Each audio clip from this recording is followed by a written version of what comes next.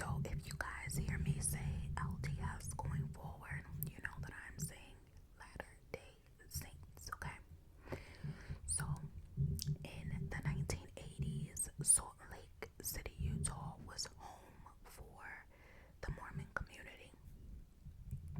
The community was founded by Joseph Smith in 1829, and this community was founded because Joseph said that he was instructed by an angel, which basically gave him a vision that he was to go out to a specific area and there he would find gold plates.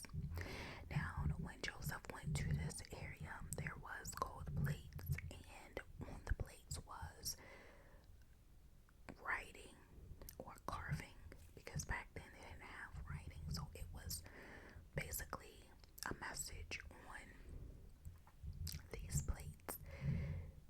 Joseph then transcribed the message, and with this transcription, he then formed the Mormon book, or the Book of Mormon. Now, for you that don't know, within every religion, you have a book that you follow. That is how you're supposed to set out your life based on what is written in the book. So the Mormons had the Book of Mormon, which would detail how they should be living their life and what occurred within their religion and such forth. So from Joseph forming this book, he then formed a church, and this is the church that's known as the LDS. So he had everything set in place. He created a book, he created a church, he put this word out that this is a religion, this is how we're supposed to be living in the religion, and it caught people's attention. So now this community grew, and later, as Joseph passed on, you still had people that was running the religion, running the community. So by the 70s and 80s, this religion was widespread all over the world. It was huge, and you had specific people that were put into place that were very important in the religion. Now, by the 80s, there were specific documents that were dated back to Joseph's life that were kept into archives within the LDS church, and it was literally locked up, locked away. No one had access to it besides these very important people.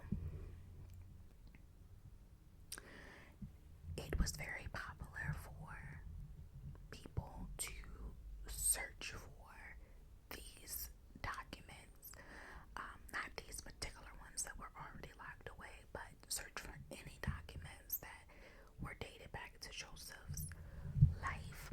And so you had many people, even that were not involved in the LDS community, that they basically created a life for them to search for these documents because they were worth a lot of money, like a lot of money. So this was very popular in the 70s and 80s as a profession. One particular guy named Mark Hofmann came on the scene, and he was considered a rock star. So Mark Hofmann was born on December 7th of 1954, and he was born in the Salt Lake City, Utah area. Why? Because both of his parents were very strict in their belief of Mormonism, and so they moved to this Utah area, the neighborhood where all the Mormons were, and Mark was raised in this religion. As Mark grew older, once he was set to go to college, he attended the Utah State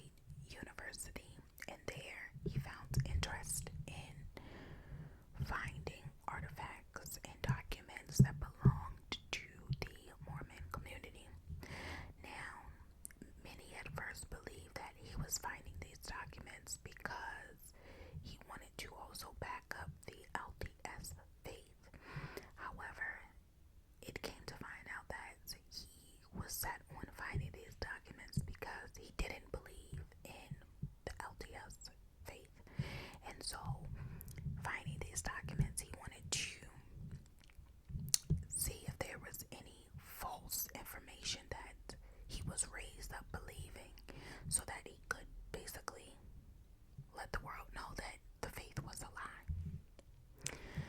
So once he's in college and he's setting out to find these documents, he then met Dory. Now, Dory also attended Utah University, and she also was raised in the LDS community. Her family was not as strict in practicing the Mormonism beliefs. However, Mark's family was very, very strict, and they were practicing to the T of how you were supposed to live your life as a Mormon. The two began dating, and eventually he proposed to Dory, and Dory said yes. Now, before they got married, Dory had said that something strange had happened the night before their wedding, and she believed that it was a spiritual warning for her not to marry Mark. So she said that she had heard a really loud voice that said, "You don't have to do this." But she was too worried of the reaction that she would get from her parents as well as Mark's parents if she told them that she didn't want to go forward with the marriage. So she went on to marry him, and they got married at the Salt Lake Temple. Once they got married, Dory had to quit her job that she was working prior to them getting married to allow Mark to finish school. Now, again, Mark was finishing school, and he was very interested into finding these documents and artifacts that belonged to Joseph. And by this point, he had stumbled across the earliest Mormon document and the earliest Joseph Smith holograph. So this was a huge deal within this community, because you had people that were older than Mark that were searching for these documents for years that could not find it. But then you have a young person in the 20s that found the document, the earliest document, the very first one.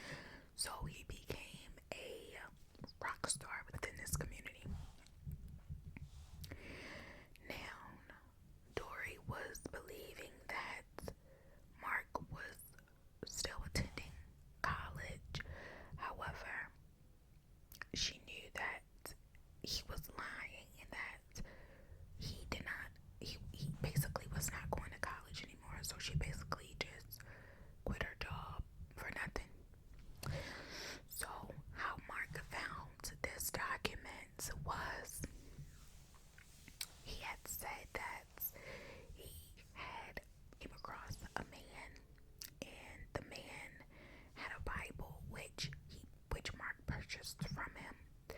The man said that the Bible was the granddaughter of Joseph Smith's sister. And Mark then went home. Him and his wife looked through the Bible,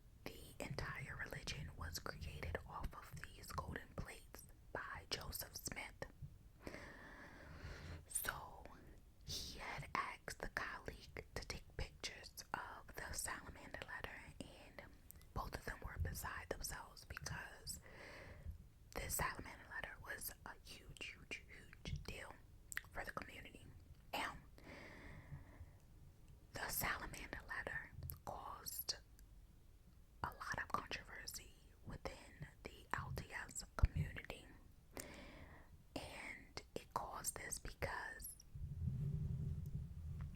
it's basically denied the history of the LDS community. Now, with the Salamander letter, I'm going to tell you what it is. So, this letter was written by Martin Harris, who was very important to the Mormonism community. And Martin was a scribe of Joseph's. So, the letter stated that Joseph told him that he was led to the golden plates by a white salamander. Now, you know what a salamander is. It's like one of those, it's an amphibian, so it's in the lizard and all of that community. So, for you guys that did not understand, because it took me a while to understand what this really meant. So again, Martin Harris was a scribe, so a partner to Joseph Smith. Joseph Smith, again, is the guy that founded this whole community. So in this letter, Martin is detailing that Joseph told him that he was instructed by a white salamander that led him to the golden plates. Now we can see why this caused controversy, because Joseph said that an angel instructed him to the golden plates.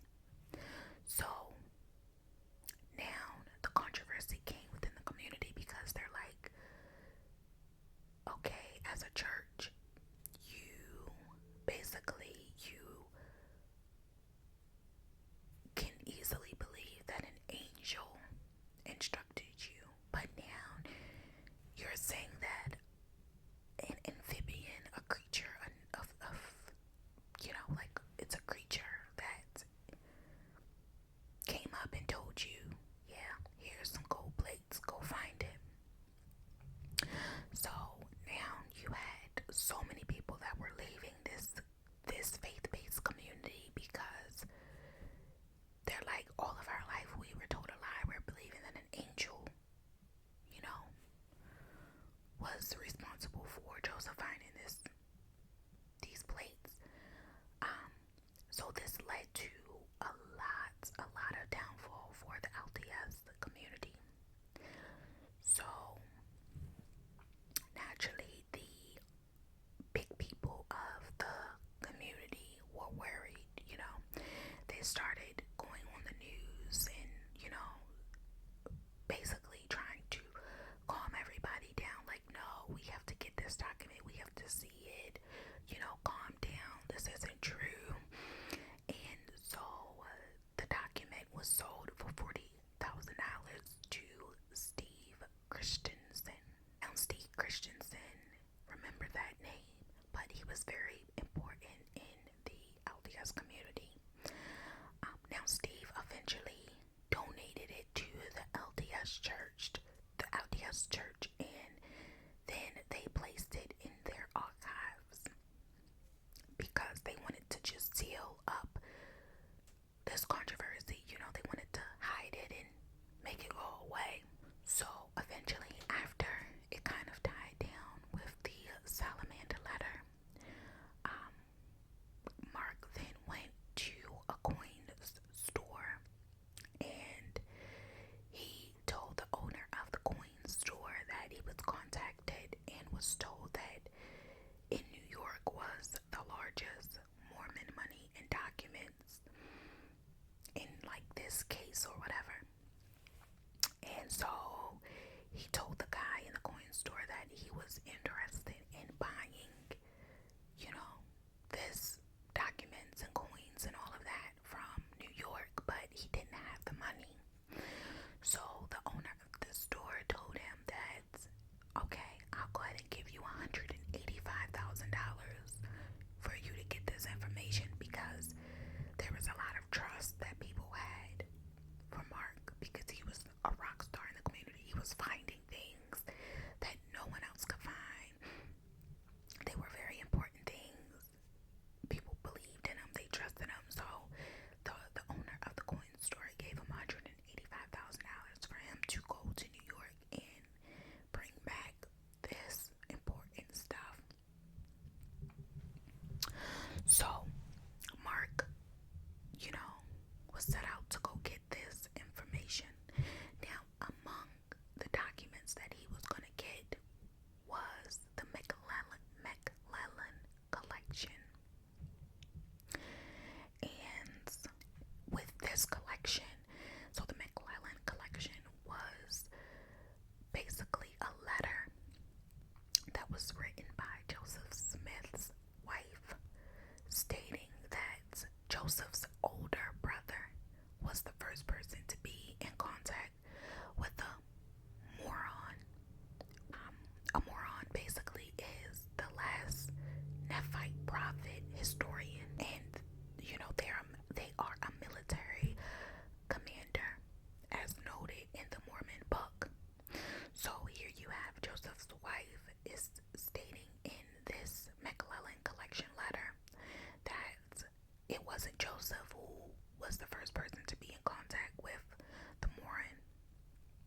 It was Joseph's older brother, and the Morin was the one who lifted the stone and saw the gold plates. So with this letter, it could cause damage to the LDS community, because first you had the white salamander letter that said, no, Joseph was not instructed by an angel, he was instructed by a white salamander to go to these gold plates. Then you have the McClellan collection that Joseph's wife is saying, no, it wasn't Joseph who was, found the gold plates. It was his brother that met a moron who lifted the stone up and found the gold plates. So if this collection was released to the public, that would severely damage the LDS community. So as you can see, Mark was finding things that damaged the community, not made them stronger, but it would ruin, it will deplete the entire community. So President Gordon Hinckley was one of the top guys in the LDS community, and when he was told about what was in the collection in New York, he said that he was going to buy it for $300,000 from Mark once Mark went to New York to get it, and he appointed Steve Christensen. Now, again, if you guys forgot who Steve was the one who originally donated the salamander letter to the LDS community.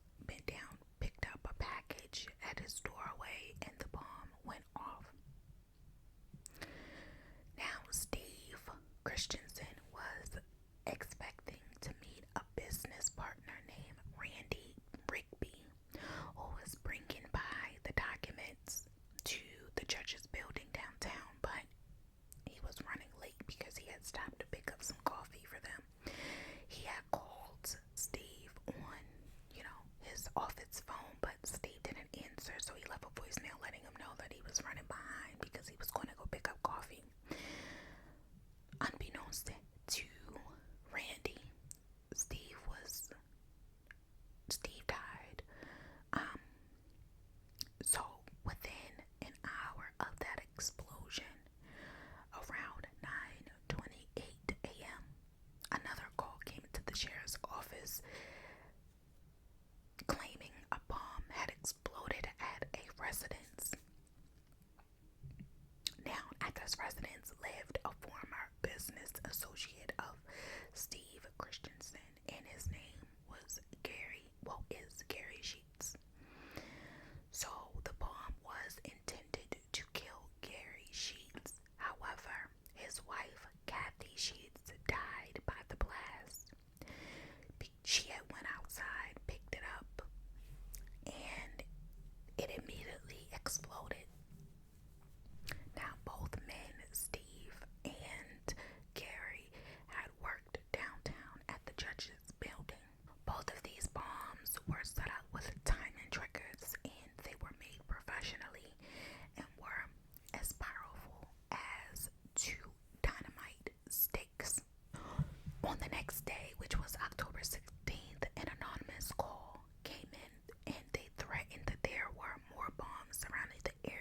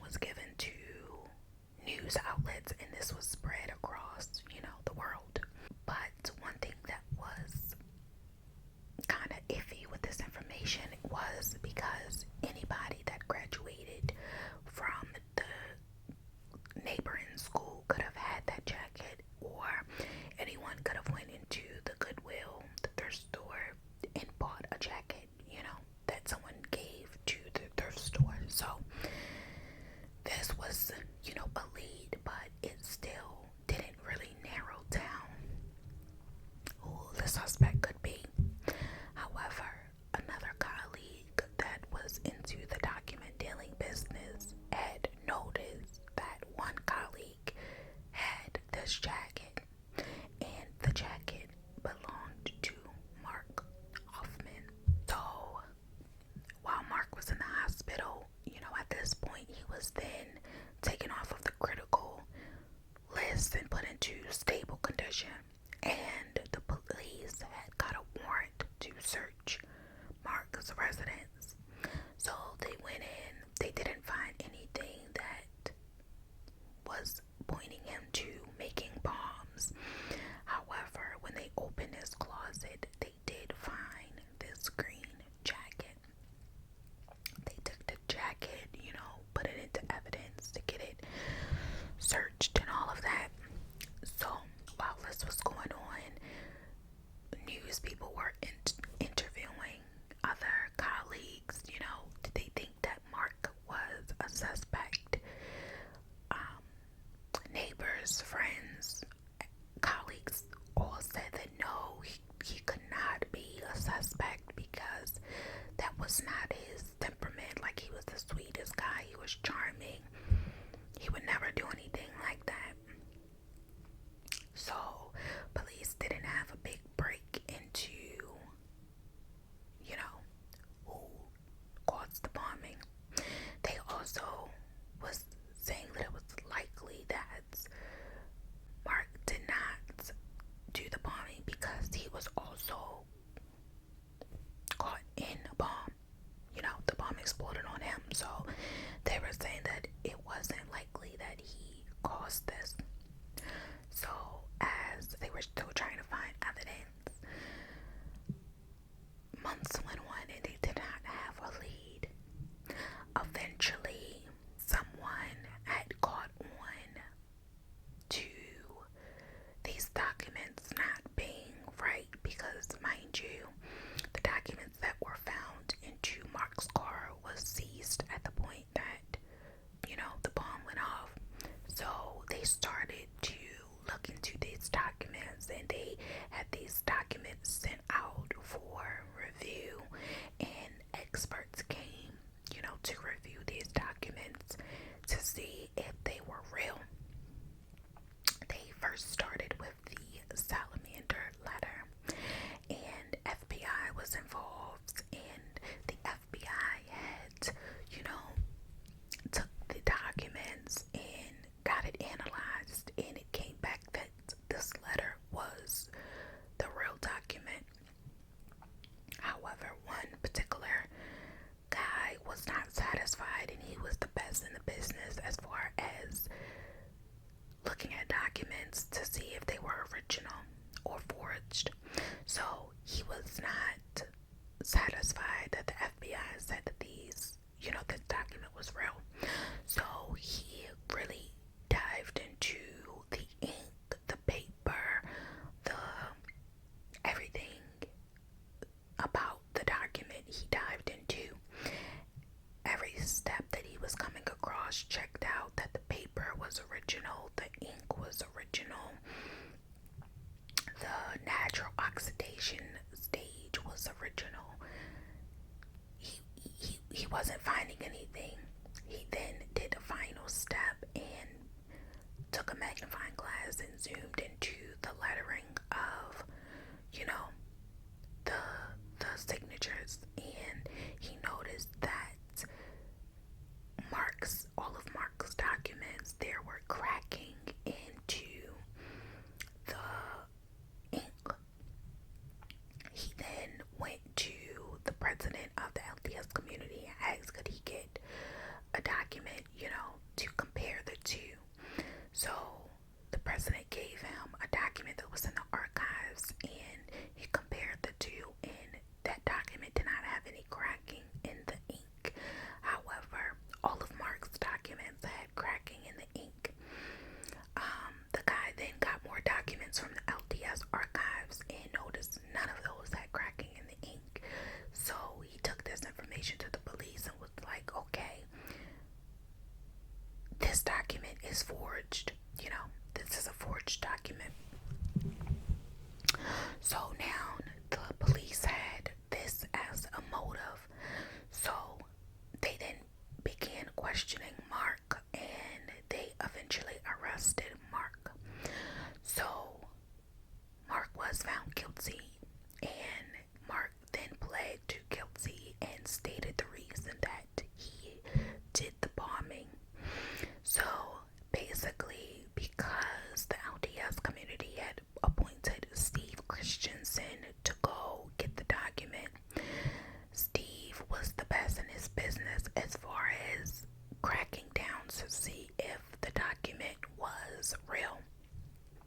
Steve was not the one that was going to physically analyze it, but he was going to send it out to the best to see if it was real.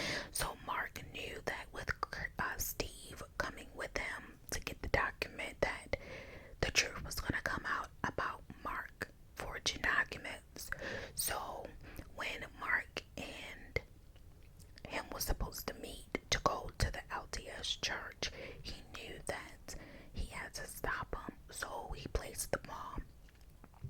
The question was then asked, why did Mark kill the other colleague? Because he wasn't involved in, trying to analyze to see if the document was real. Mark said that when he made the second bomb, he was not sure of who the bomb was going to be for. He just made it, and he basically placed it at that home as like a game, because he wasn't 100% sure that the bomb would go off. It was a 50-50 chance, so it was more so a game for him. Mark said that he had originally taken out a bomb to like a wooded area far away to see if the bomb was gonna work, and the bomb did explode out in this wooded area, so he knew that the steps from him making a bomb was accurate. They then asked him, why did he bomb his own self, and he said that he was trying to commit suicide at that point. The next day he was trying to commit suicide. However,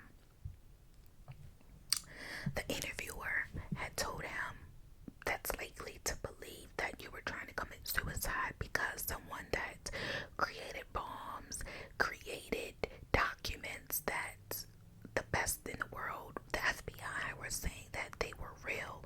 You know how to kill yourself and how to make the bomb actually detonate to where you're not gonna live. So they believe that Mark did this not intentionally trying to kill himself, but to make him get off a suspect list, because who has the balls to really bomb their own car, So Mark then tells how he came into document dealing and what his sole purpose was. So Mark said at him being 14,